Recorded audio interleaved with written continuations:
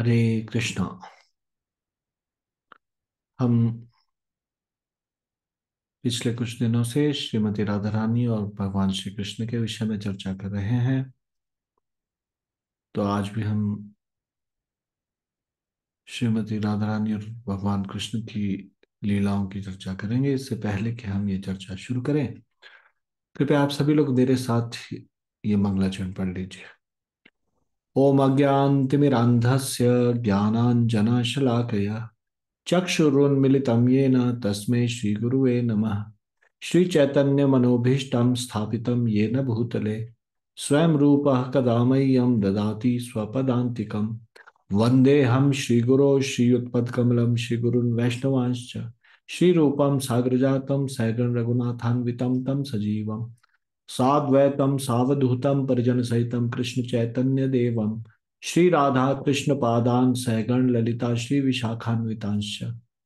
हे कृष्ण करुणा सिंधु दीनबंधो जगतपते गोपेश गोपिका कांत राधा कांत नमोस्तुते।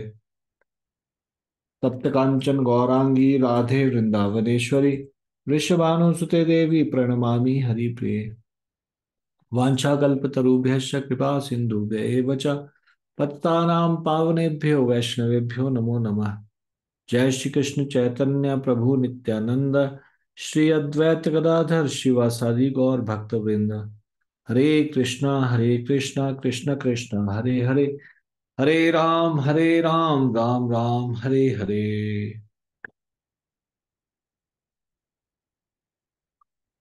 तो आज की जो लीला हम भगवान कृष्ण और श्रीमती राधा रानी की लीला की जो चर्चा करेंगे, वो उसका शीर्षक है रानी को सर्पदंश।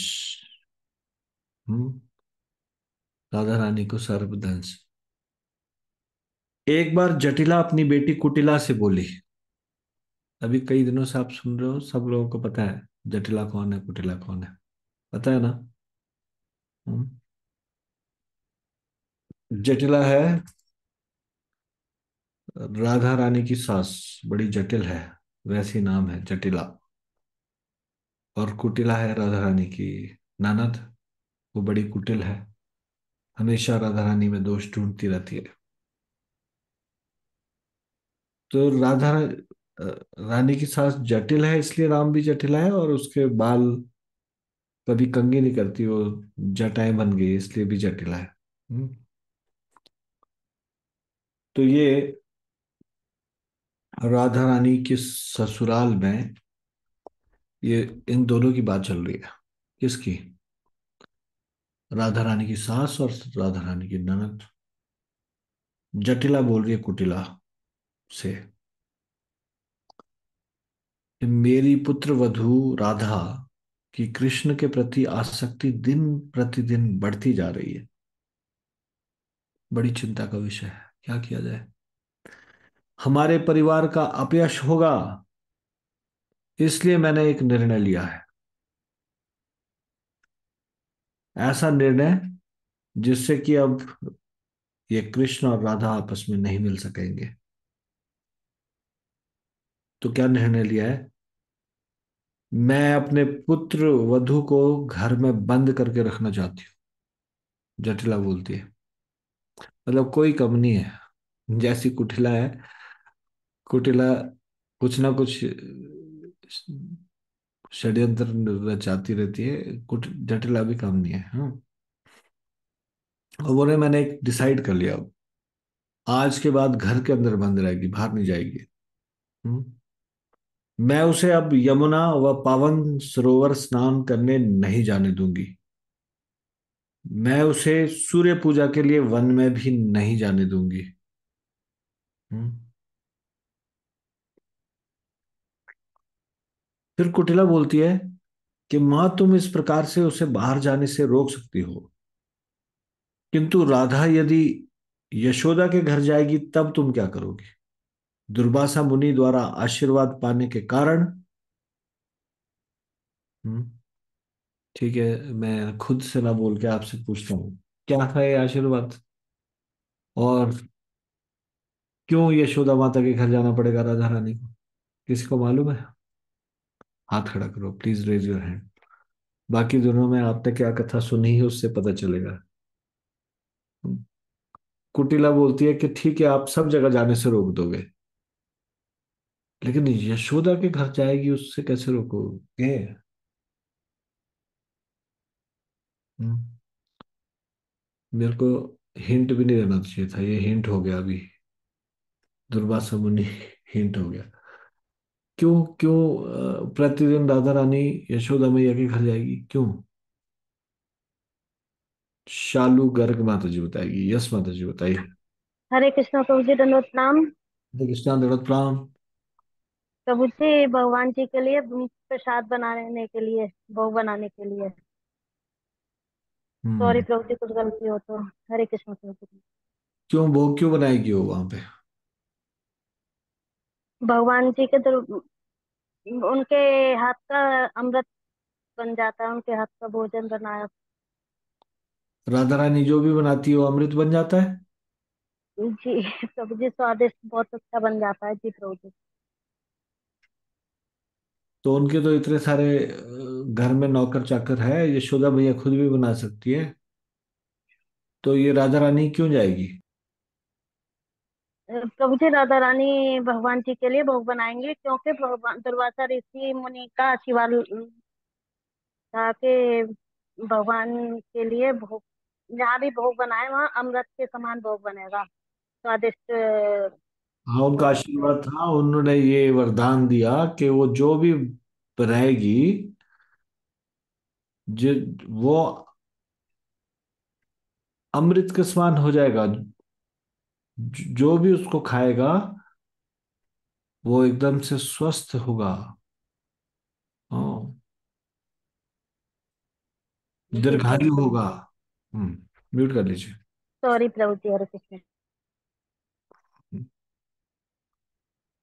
तो ये आशीर्वाद था, तो इसलिए सारे के सारे ब्रजवासियों ने ये निर्णय किया था। कृष्ण सबको प्रिय थे,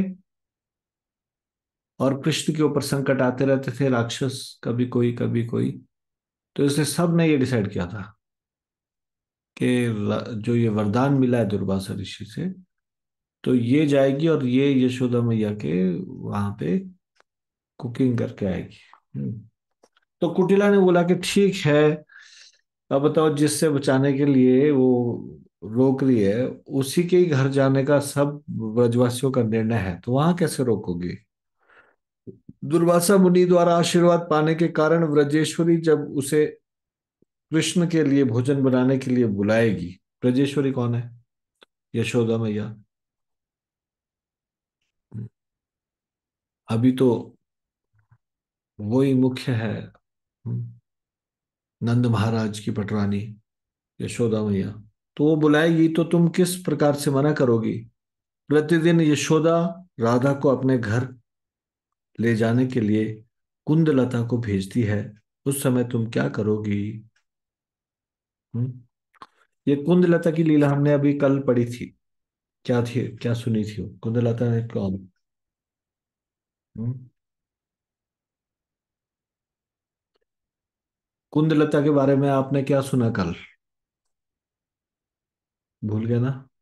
ये कलयुग की मेमोरी। हम्म? कोई एक व्यक्ति बताओ, कुंदलता कौन थी? क्या लीला थी कल हमने चर्चा की थी?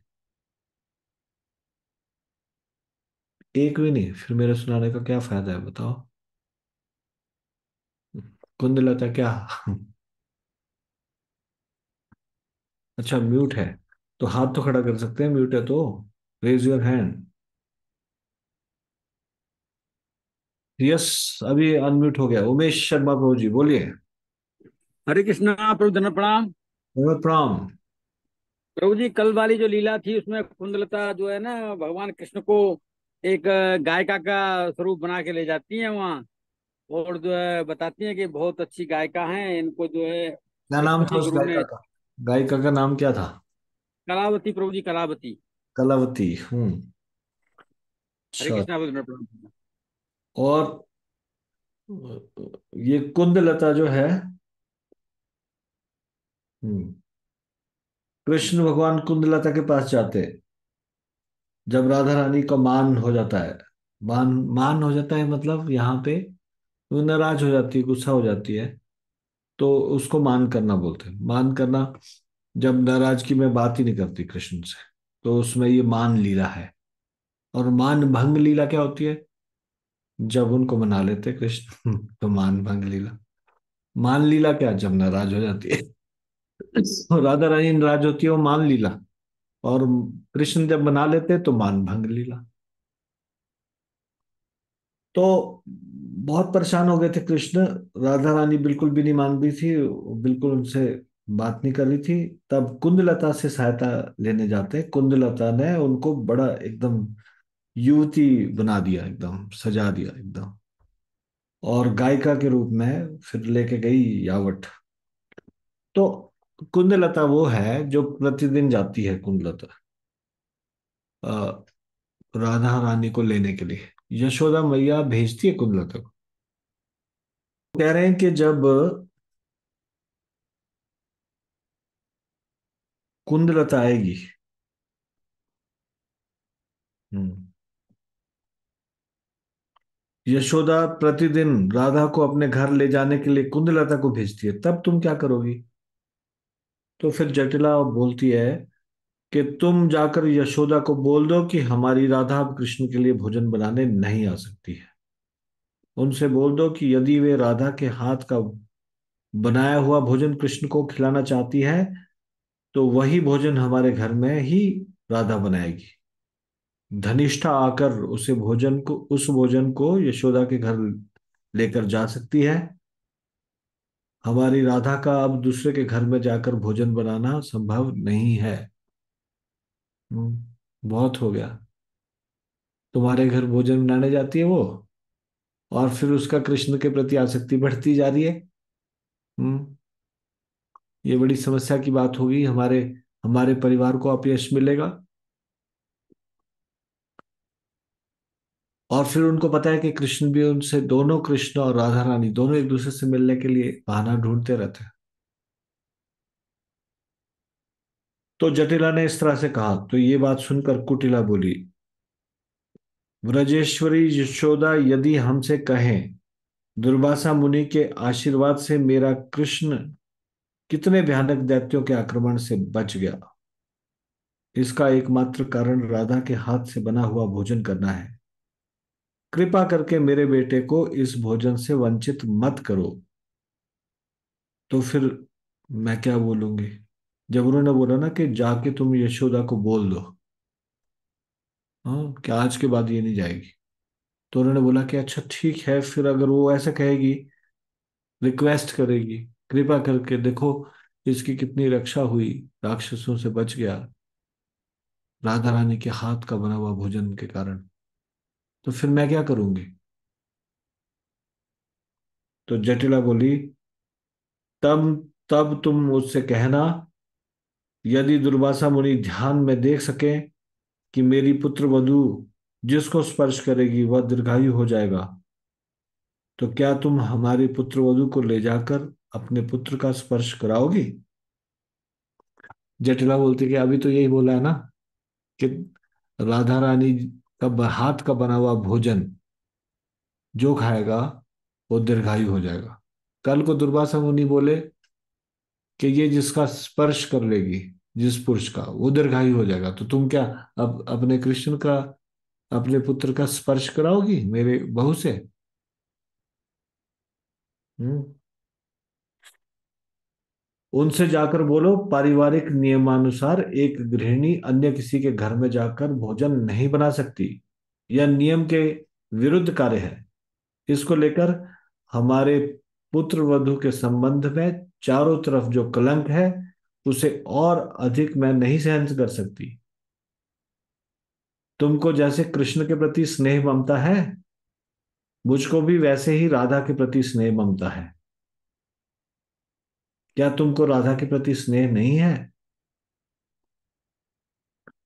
ये सब सुनने के बाद भी यदि यशोदा राधा को कृष्ण के लिए भोजन बनाने का आग्रह करती है, तो उनसे बोलना कि वे धनिष्ठा को यहाँ भेज सकती है। राधा से मोदक मिष्ठान लड्डू बनवाकर भिजवा सकती हूँ। इसके लिए धनिष्ठा को प्रतिदिन यहाँ आकर ले जाना पड़ेगा। किंतु यशोदा यदि इससे नाराज होती है तो हम लोग उनका राज्य छोड़कर, क्योंकि ये सारे ग्वालों के राजा कौन है, नंद महाराज, सारे ग्वाला है उनके अंडर है।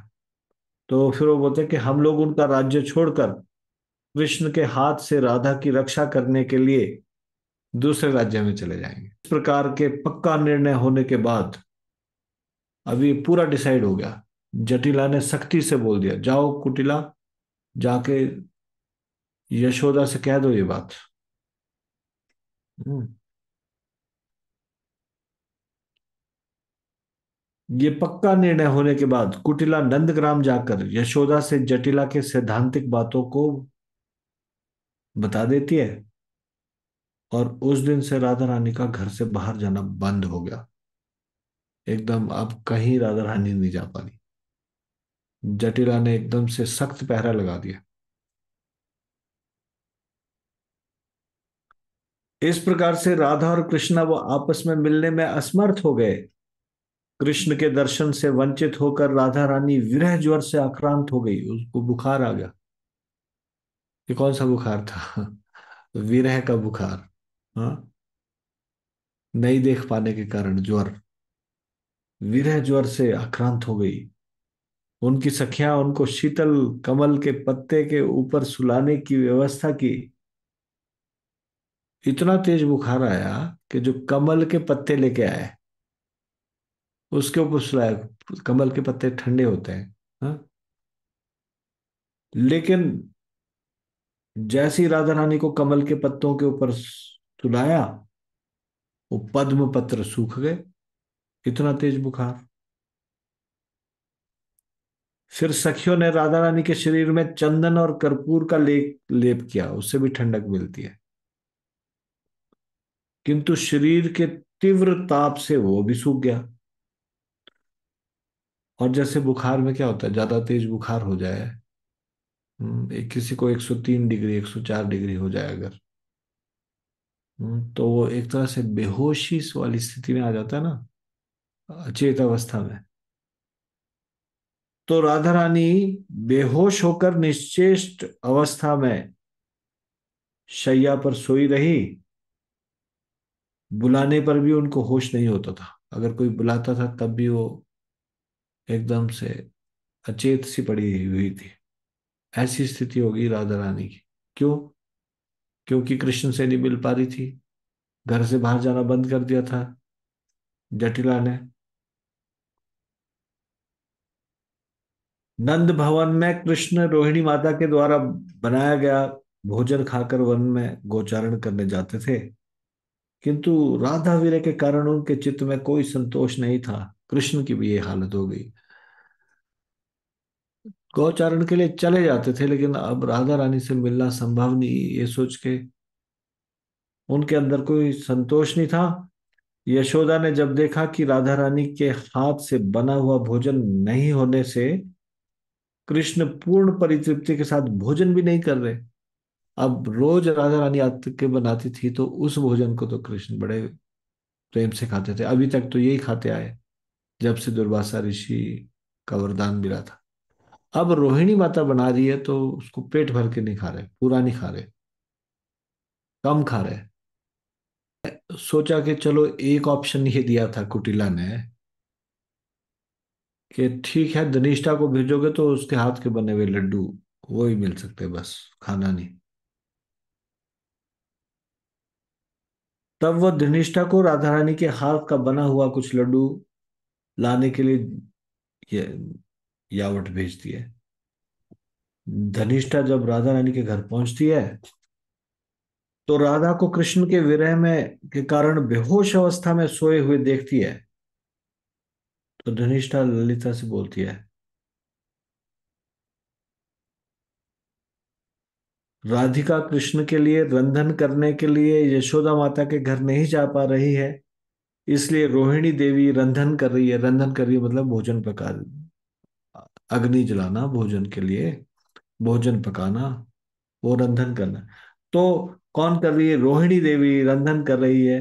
किंतु कृष्ण पूर्ण परितृप्त नहीं हो रहे हैं, इसलिए यशोदा देवी ने मुझे भेजा है राधा के हाथ का बना हुआ कुछ मिष्ठान लड्डू ले जाने के लिए। किंतु राधा यहाँ बहुत दुखी अवस्था में सोई हुई है, ये कैसे भोजन बनाएगी? और डरते हुए धनिष्ठा राधा रानी के पास गई और उनके कान में धीरे से बोली, ओ राधे, देखो देखो, कृष्ण तुम्हारे सामने खड़े हैं। जैसी राधा रानी ने सुना, पहले कोई बात उनको सुनाई नहीं दे रही थी, निश्चेष्ट अवस्था में थी, ये बात सुनकर तुरंत उनको चेतना लौट आई और आंख खोल के देखने लगी। तो धनिष्ठा तब उनसे बोली, श्री राधे, आज तुम कृष्ण के लिए रंधन करने नहीं गई, इसलिए श्री कृष्ण रोहिणी माता के द्वारा बनाया गया भोजन किए। ब्रजेश्वरी ने मुझको यहाँ इसलिए भेजा है कि मैं आपको बताऊं, जिससे आप कृष्ण के लिए कुछ लड्डू तैयार करें। मैं इन लड्डुओं को उनके पास ले जाऊंगी, कृष्ण उनको रात्रि में और दूसरे दिन सवेरे खाएंगे। इसके बाद वन में गाय चराने चले जाएंगे।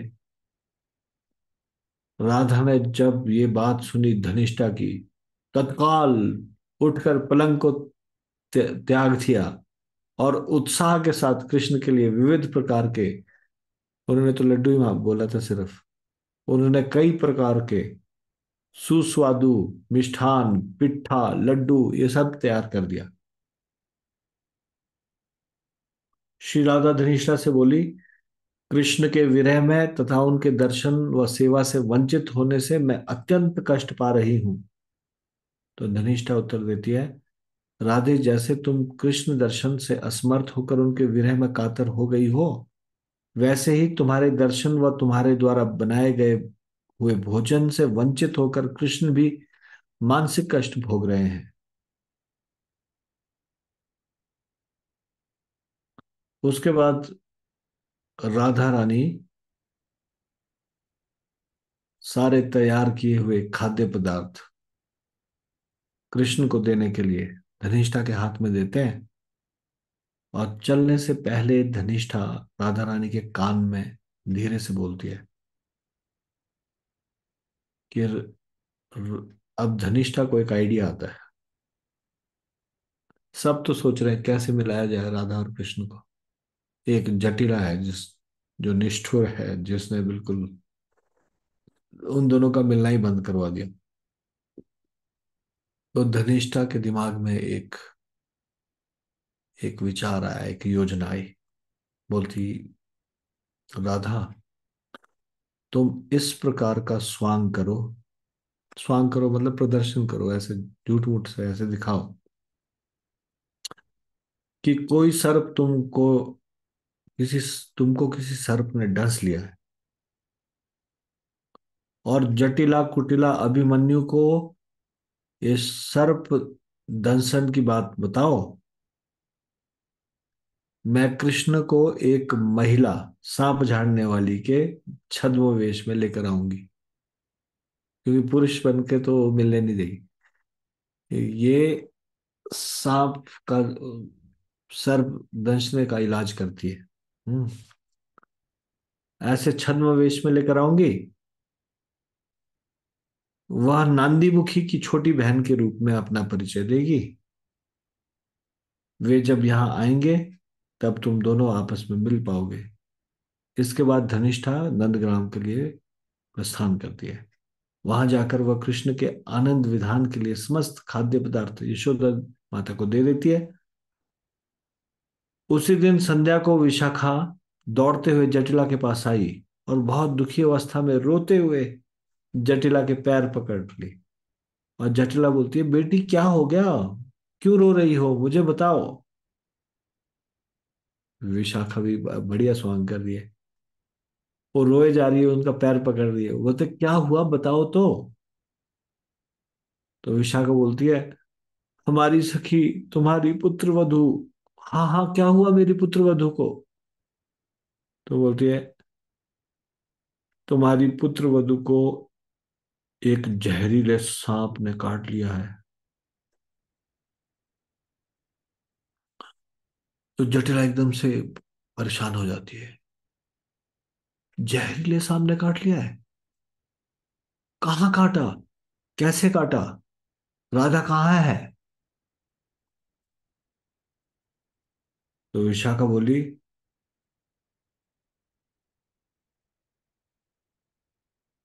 कि जामतला में एक सांप अपने सिर पर मणि लेकर फन उठाए बैठा था। अंधेरा होने से राधा सांप को देख नहीं पाई, किंतु चमकती हुई मणि दिखाई दे रही थी। उन्होंने सोचा वहां उनका कोई अलंकार गिरा हुआ है। वो मणि को उठाने के लिए गई तो सांप ने उनको काट दिया। जटिला ने जब ये बात सुनी, बहुत दुख से व्याकुल होकर राधा रानी के कमरे की ओर हाय हाय करते हुए तेज गति से दौड़ी। जहरीले सांप ने काट लिया ये सोच के।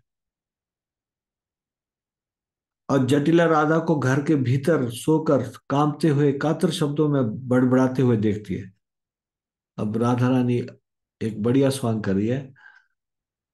वो सोई हुई है और कांप रही है और सर्प दंशन के कारण बड़बड़ा रही है। तो जटिला कुटिला को अभिमन्यु के पास भेजती है कि जाओ जाओ किसी ओझा को बुलाकर लाओ जल्दी। तो जटिला राधा से बोली, हे मेरी बेटी, तुम कैसे होश में आओगी? तुम्हें क्या हो गया? तो राधा रानी धीमे स्वर में उत्तर देती है, सांप के तीव्र विष से मेरा शरीर जल रहा है। मैं ज्यादा बात नहीं कर सकती हूँ। बात कर रही है धीमे स्वर में और बता रही है कि मैं अब ज्यादा नहीं बोल पाऊंगी। सांप के तेज विष है, इसका विष बहुत तीव्र है, उससे मेरा सारा शरीर जल रहा है। कृपा करके मेरी चिकित्सा के लिए किसी पुरुष ओझा को मत बुलाना। अब स्त्री ओझा मिलती नहीं है। स्त्री स्त्री ओझा कहाँ से? गांव में कहीं किसी को पता नहीं है स्त्री ओझा। वो बोलते हैं कि अगर मुझे ठीक करना है तो पुरुष ओझा को मत बुलाना। मैं विवाहिता हूं, इसलिए मेरे पति के अलावा कोई पुरुष मेरा स्पर्श नहीं कर सकता। यदि कोई पुरुष मेरा स्पर्श करेगा तो मैं उसी समय मर जाऊंगी। तो जटिला बोली, किंतु मेरी माँ, ऐसे विपद काल में ये सब नियम मानना ठीक नहीं होगा। अब वो निर्देश दे रही है राधा रानी को, जैसे वो बोलती है वैसे ही। नहीं, कोई पुरुष ना, कोई पुरुष हो जाने। हाँ, तो वो बोलती है कि अब जब विपद काल है तो ये नियम मानना ठीक नहीं है। शास्त्र कहता है चिकित्सा के लिए आवश्यकता पड़ने पर औषधि के रूप में कुछ भी स्वीकार किया जा सकता है। शास्त्र में यदि इस प्रकार का उपदेश है तो तुम स्वस्थ होने के लिए पुरुष के स्पर्श के भय से इतना चिंतित क्यों हो रही हो? तो जटिला के घर में इतना शोरगुल हो रहा है सुनकर पड़ोस की एक स्त्री जटिला के घर में आती है। वो जटिला और राधा से बोली, तुम लोग इतनी चिंता क्यों कर रही हो? कृष्ण को क्यों नहीं बुला लेती? कृष्ण ने तो भयंकर विषधर सर्प कालिए का भी दमन किया था। वो जरूर कुछ मंत्र तंत्र जानता होगा, तभी तो उसने कालिए का दमन किया था। इतना विषैला सर्प, कोई नजदीक जाके वहां आकाश से पक्षी भी उड़ता था तो भी इतना विषैला था कि वो गिर जाता था। ऐसे कालिया सर्प का दमन किया जिस कृष्ण ने, वो जरूर कुछ ना कुछ तो मंत्र तंत्र जानता होगा। यदि तुम कृष्ण को ले आओगी तो तुम्हारी पुत्र वधू तुरंत स्वस्थ हो जाएगी। लेकिन राधा रानी जो है ना, ये सुन के एकदम से क्रोधित होने का स्वांग करती है। बोलते, उसी व्यक्ति को लेकर मुझे बदनाम किया जा रहा है, मेरे चरित्र पर कलंक लगाया जा रहा है। तो यदि मैं उसका दर्शन करूंगी तो सर्प दर्शन से ज्यादा मेरे मन में ज्वाला अनुभव होगी। इसलिए तुम उनसे मुझे स्पर्श कराने की बात अब क्यों कही जा रही है? यदि वे हमारे घर में प्रवेश करेंगे तो मैं निश्चित मर जाऊंगी। जो उनको यहां बुलाने की सलाह भी दे रहा है उसको मैं अपना प्राण हंता शत्रु समझती हूँ। मतलब एकदम से गुस्सा कर रही है। कृष्ण का खुद से सलाह देते हो, कृष्ण को बुलाओ, और उसके बाद मुझे कृष्ण कलंकिनी कहते हो। हम्म। तब जटिला, ललिता और अन्य सखियों जटिला ललिता और अन्य सखियों से बोलती है, तुम लोग राधा रानी के पास रहो, मैं पौर्णमासी के पास जा रही हूँ, वो सर्वज्ञ है। अब पूरे ब्रज में किसी भी चीज का सॉल्यूशन चाहिए हो तो वहां पे एक बुजुर्ग महिला है, उसका नाम है पौर्णमासी। सब लोग सोचते हैं कि ये पौर्णमासी सब कुछ जानती है, सर्वज्ञ है, उनसे सलाह लेके सबकी प्रॉब्लम सॉल्व होती है। लेकिन असलियत में तो पौर्णमासी का कार्य है कैसे राधा और कृष्ण की लीलाओं को नियोजित करना। तो वो बोलते हैं कि मैं पौर्णमासी के घर में जाती हूँ, वो पास जा रही हूँ, मैं उनसे पूछूंगी, वो जरूर इस समस्या का समाधान बताएगी। ऐसी कोई समस्या ही नहीं है जिसका समाधान पौर्णमासी के पास ना हो। तो जटिला पौर्णमासी से मिलने चली गई। उसी समय गर्ग मुनि की बेटी नांदी मुखी, नांदी मुखी कौन है? गर्ग मुनि की बेटी नांदी मुखी पौर्णमासी से मिलने आई थी। जटिला ने उनसे जिज्ञासा की, तुम अपने पिता से सब प्रकार का शास्त्र सीखी हो? और गर्ग मुनि को तो सब कुछ आता है, उनको तो सब कुछ, तो तुमने अपने पिता से जरूर सीखा होगा। क्या तुम जानती हो कि राधा के देह से कैसे विष निकालकर उसको स्वस्थ किया जा सकता है? तो वो कहती है, नांदी मुखी बोलती है कि नहीं नहीं, मैं तो नहीं जानती, किंतु मेरी छोटी बहन विद्यावली है। ये विद्यावली ने सर्प दंशन से स्वस्थ होने का मंत्र सीखा है, लेकिन उसका ससुराल कोसी में है। वह वर्तमान में मथुरा मेरे पिता के घर आई है। कल सौभाग्य से मुझसे मिलने के लिए आई है। अब इस समय वह हमारे घर में ही है, मतलब रहती तो है कोसी में, फिर आई थी पिताजी के घर में मथुरा, और कल मुझसे मिलने मेरे घर आ गई। इस समय अभी मेरे घर में ही है, नांदी मुखी बोलती है। जटिला ने जब ये बात सुनी तो नांदी मुखी को प्रणाम करके खूब अनुनय विनय किया। मैं आपको प्रणाम करती हूँ, मैं आपके पैरों पड़ती हूँ, आप कृपा करके अपनी बहन विद्यावली को लेकर अभी आवट हमारे घर चलो। क्योंकि राधा रानी ने सख्ती से बोल दिया कि कोई पुरुष ओझा नहीं आएगा। अब बड़ी मुश्किल से कोई मिला है, एक स्त्री ओझा जिसको मंत्र आता है, वो है नांदी मुखी की छोटी बहन विद्यावली। बहन विद्यावली को लेकर अभी आवट हमारे घर आओ। क्या वो आने के लिए राजी नहीं होगी? मैं तुम्हारे साथ तुम्हारे घर चलती हूँ एवं उसको अभी साथ लेकर आती हूँ। तो जटिला के पहुंचने से पहले धनिष्ठा ने अपनी योजना अनुसार सारी व्यवस्था संपन्न कर ली थी। योजना के अनुसार कृष्ण नांदीमुखी की बहन विद्यावली के छद्म वेश में नांदीमुखी के घर में प्रतीक्षा कर रही थी।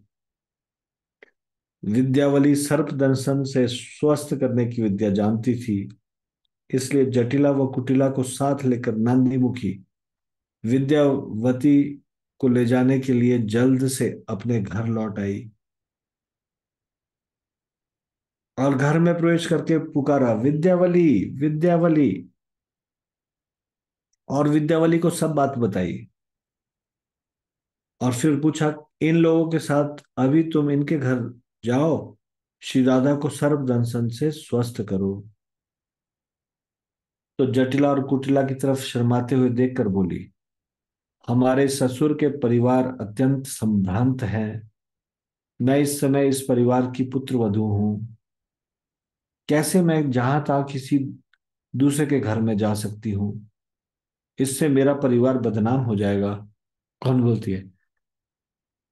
विद्या विद्यावती, विद्यावली, सॉरी। विद्यावली बोलती है कि एक संभ्रांत परिवार से हूं, मैं किसी के घर में ऐसे कैसे जा सकती हूँ। जटिला विद्यावली से बहुत अनुनय विनय करने लगी और बोलने लगी, आपको इस समय यावत में चलना बहुत जरूरी है। विद्यावली ने कहा, तुम हमारे ब्राह्मण परिवार की रीति रिवाज नहीं जानती हो। तुम्हारे गोप परिवार की स्त्रियां स्वतंत्र रूप से एक घर से दूसरे घर जा सकती है, किंतु ब्राह्मण परिवार की स्त्रियां बिना किसी को साथ लिए, अकेले या बिना निमंत्रण के दूसरे घर नहीं जा सकती है।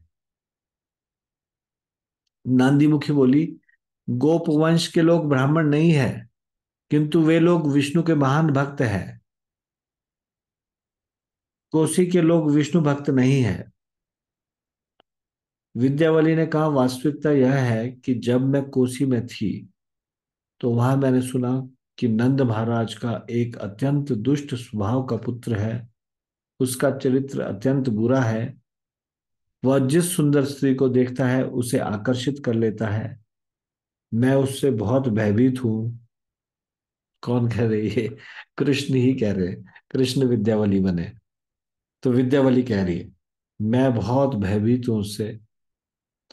इस क्षेत्र में घर से बाहर निकलने का मेरा साहस नहीं है। ये क्षेत्र है जहां पे कृष्ण है, कृष्ण आसपास है, यहां तो मैं घर से बाहर नहीं निकलूंगी।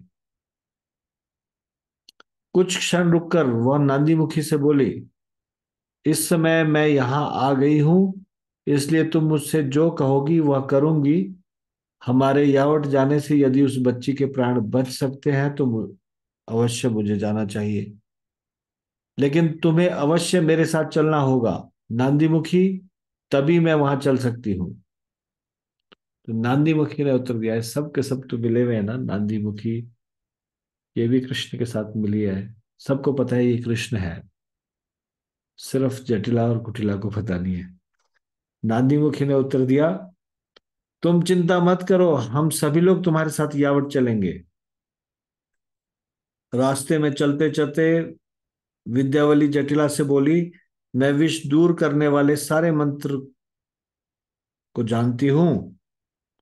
जब उन मंत्रों को एक पान के पत्ते के ऊपर बोलकर मैं चबाऊंगी, तब वह अत्यंत शक्तिशाली औषधि बन जाएगा। जब तुम्हारी पुत्र वधू मेरे चबाए हुए उस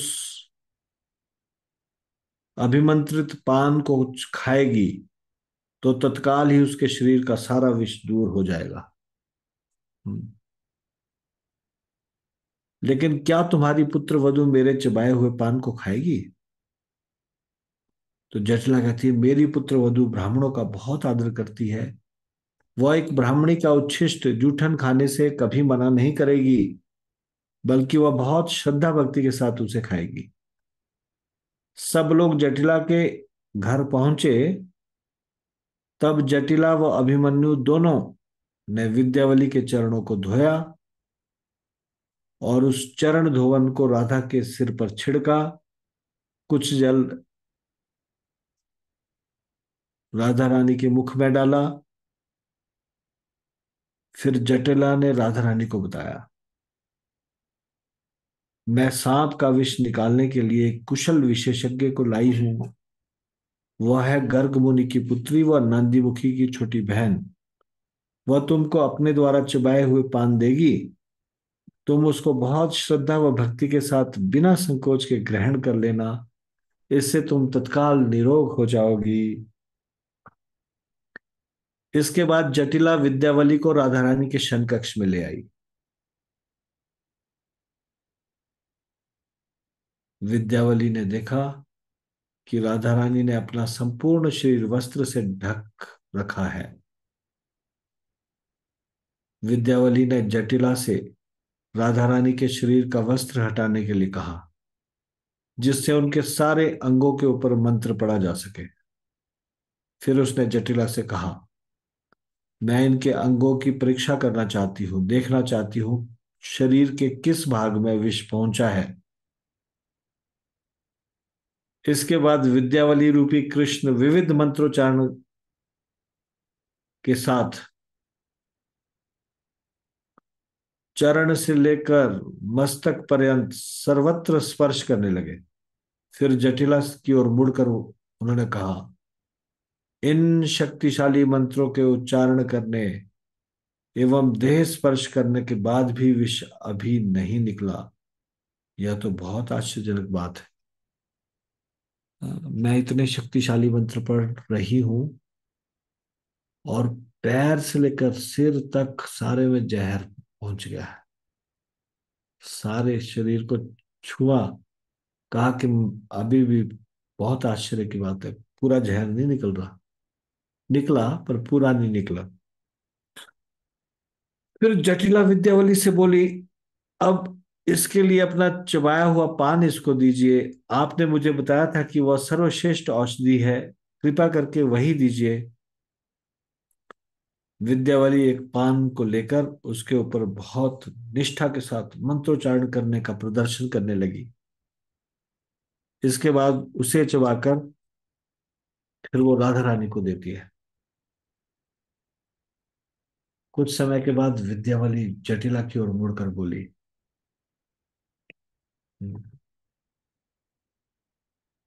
इसको चुबाया हुआ पान देकर भी मैंने देख लिया, इसके शरीर से अब भी पूरी तरह से विष नहीं निकला। तो जटिला बहुत उद्विग्न हो जाती है। तो अब क्या किया जाए, कैसे इसका प्राण रक्षा किया जाए। तो विद्यावली थोड़ा सोचने लगती है, जैसे गहरे चिंतन में चली गई, और फिर रुककर बोलती है, एक और मंत्र है, वो सबसे ज्यादा शक्तिशाली है।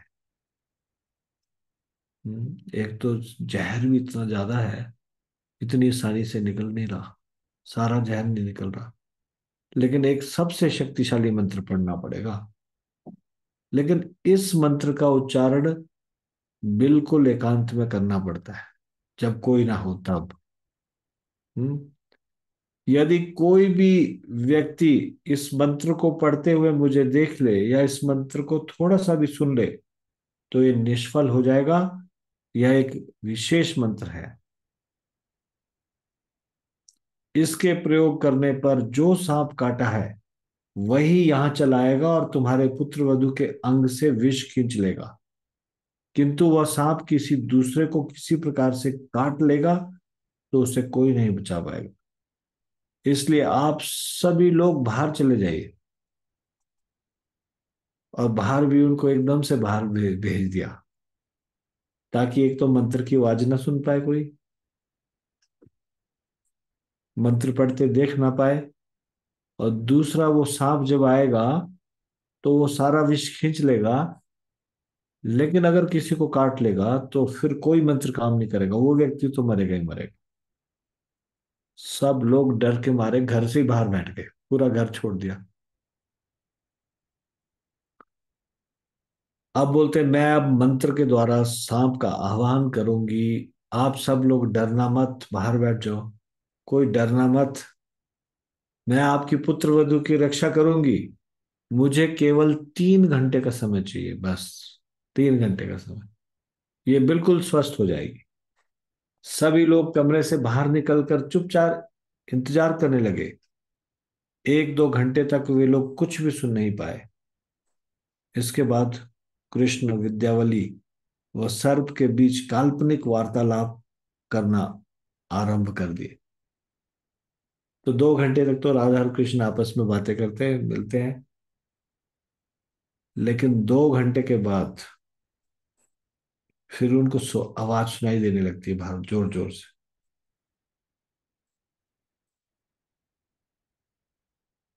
विद्यावली की आवाज सुनाई दी, हे सर्पराज, तुम कहां से आए हो। और फिर सर्पराज का स्वर हिस हिस जैसे सांप करता है, इस तरह से वो है राज की आवाज में बोल खुद से ही बोलते हैं। कृष्ण उत्तर देते हैं, मैं कैलाश से आया हूं। तो विद्यावली बोलती है, तुम क्यों यहां आए हो? तुमको यहां किसने भेजा? सर्पराज बोलते हैं, मैं महादेव शिव के आदेश से जटिला के पुत्र अभिमन्यु को डसने आया हूं। विद्यावली, अभिमन्यु को डसने आए हो? लेकिन अभिमन्यु ने ऐसा कौन सा अपराध किया है, और शिवजी ने ऐसी आज्ञा क्यों दी? सरफराज, अभिमन्यु ने कोई अपराध नहीं किया है, लेकिन उसकी मां ने दो अपराध किए हैं। तो विद्यावली फिर पूछती है, यदि उसकी मां का अपराध है, तो उसको डसने की बजाय तुमने निर्दोष राधा को क्यों डसा? सरफराज, दुर्वासा मुनि के आशीर्वाद व उसकी सतीत्व शक्ति से राधा के स्वामी की हत्या संभव नहीं है, किंतु यदि पहले इसको मार दिया जाए तो इसके पति को आसानी से मारा जा सकता है। जब उसके पुत्र व पुत्रवधू दोनों की मृत्यु हो जाएगी, तब उनके शोक में जटिला भी प्राण त्याग देगी। विद्यावली, हे सरफराज, ये वृद्धा स्त्री, इसने दुर्वासा मुनि के चरणों में ऐसा कौन सा अपराध किया है जिसका परिणाम इसको इस रूप में भोगना पड़ेगा? तो सरफराज बोलते हैं, दुर्वासा मुनि शिवजी के प्रकाश रूप में जन्म ग्रहण किए हैं। नंद नंदन कृष्ण है, महादेव शंभु के इष्ट देव है। जटिला कृष्ण के नाम पर गलत व मिथ्या दोषारोपण करती है, एवं वह नंद भवन में जाकर कृष्ण के लिए भोजन बनाने के लिए राधा रानी को रोक रही है। इन दो कारणों से शंभु इस समय नाराज हो गए हैं, इसलिए वे जटिला व उसकी पुत्री कुटिला को कुछ समय ऐसे क्लेश भोग करके मरने की व्यवस्था की है। इसलिए मैं जटिला की बजाय इसलिए मैंने जटिला की बजाय राधा रानी को दंशन किया। इस प्रकार का वार्तालाप बाहर सुन रही थी कौन? जटिला सुन रही थी इस प्रकार का वार्तालाप। और जब वो इस प्रकार का वार्तालाप सुनती है, तो बाहर से ही चिल्लाने लगती है, हे विद्यावली, मैं तुम्हारे चरण पकड़कर विनती करती हूँ, कृपा करके इस सर्पराज को संतुष्ट करो, उसका क्रोध शमन करो। मैं अब कभी राधा को कृष्ण के लिए भोजन बनाने के लिए नंदगांव जाने से नहीं रोकूंगी। वह प्रतिदिन नंद महाराज के घर जाए। मैं दुर्वासा मुनि के चरणों में शत कोटि प्रणाम निवेदन करती हूँ, जिससे वे हमारे अपराध को क्षमा करे। मैं बुरे हृदय वाली हूँ, साथ ही वृद्धा हो गई हूँ। सभी लोग मुझको पगली के रूप में जानते हैं। मेरी बेटी कुटिला भी बहुत बुरे विचार वाली है, सर्वदा वह राधा के चरित्र पर दोषारोपण करने की चेष्टा करती रहती है। इसलिए आज राधा की यह अवस्था हुई है।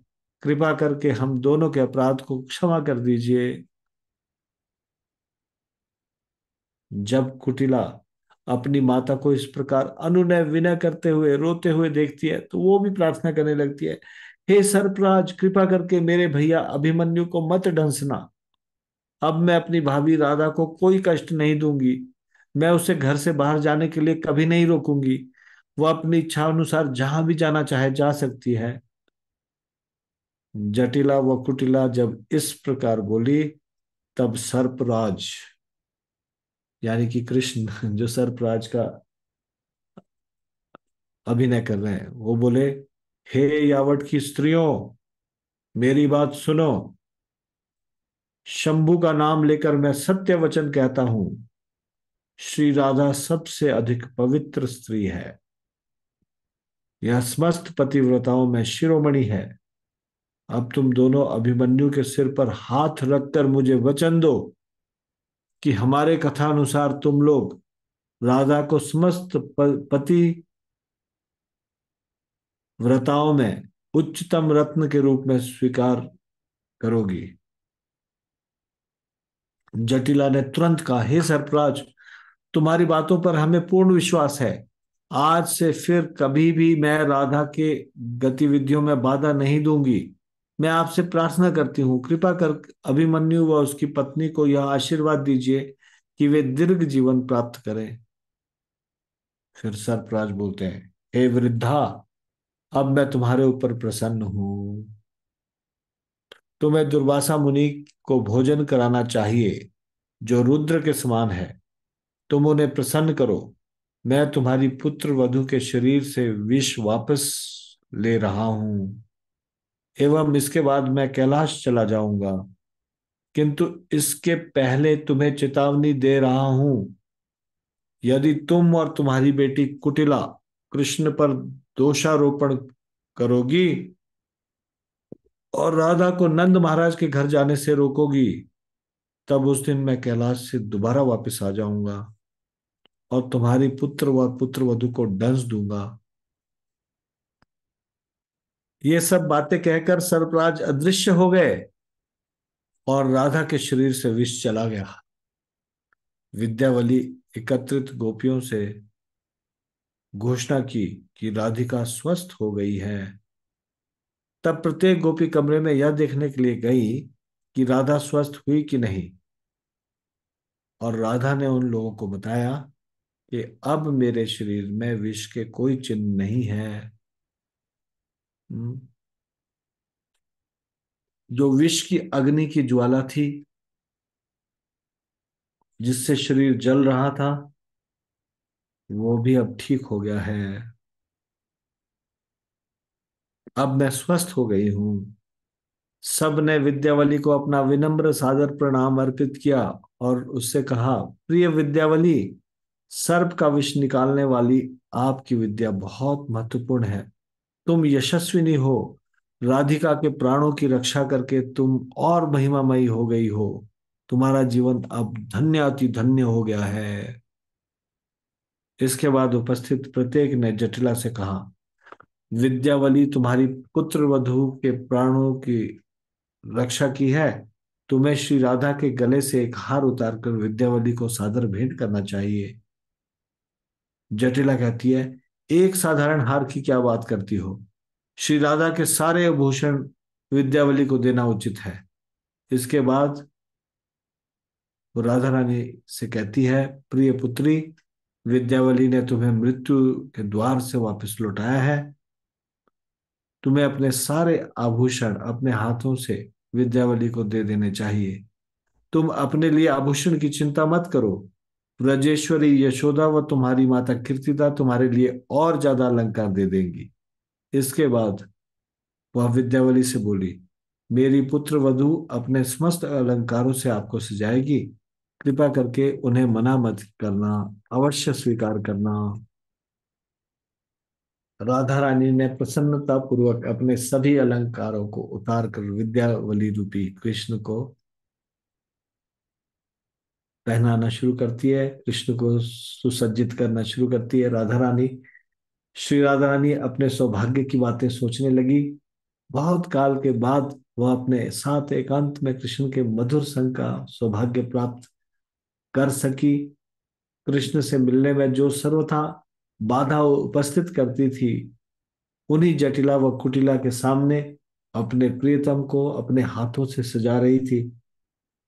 राधा रानी अ, विद्यावली के रूप में जो कृष्ण थे, आभूषण प्राप्त करने के बाद विद्यावली जटिला से बोली, माता जी, इस समय लगभग अर्धरात्रि बीत चुकी है। हम दोनों बहनें क्या इस समय अपने घर वापस जा सकती हैं?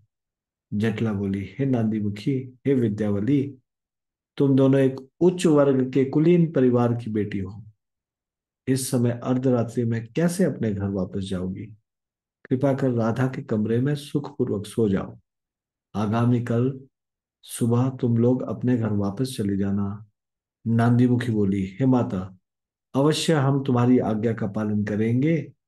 वैसे भी श्री राधा के शरीर से विष का प्रभाव पूरी तरह से गया नहीं है, अतः एक रात्रि विद्यावली को आपके पुत्र वधु के साथ रहना बिल्कुल उचित है। तब जटिला व कुटिला दोनों बोली, हाँ नांदी, हाँ नांदी मुखी, ऊपरी तल्ला वाले घर के पुष्प शैया पर तुम्हारी बहन विद्यावली हमारी राधा के साथ सो जाए। इस प्रकार जटिला के आदेश से कृष्ण सुंदर पुष्प शैया के ऊपर श्री राधा रानी के साथ सो गए। तो ये श्रीमती राधा रानी की सर्प दंशन की लीला थी। तो इसको अभी हम यहीं पे विराम देंगे। श्रीमती राधा रानी की जय, श्री कृष्ण चंद्र भगवान की जय, शिल प्रभुपाद की जय, निताई गौर प्रेमानंदे, हरि हरि बोल।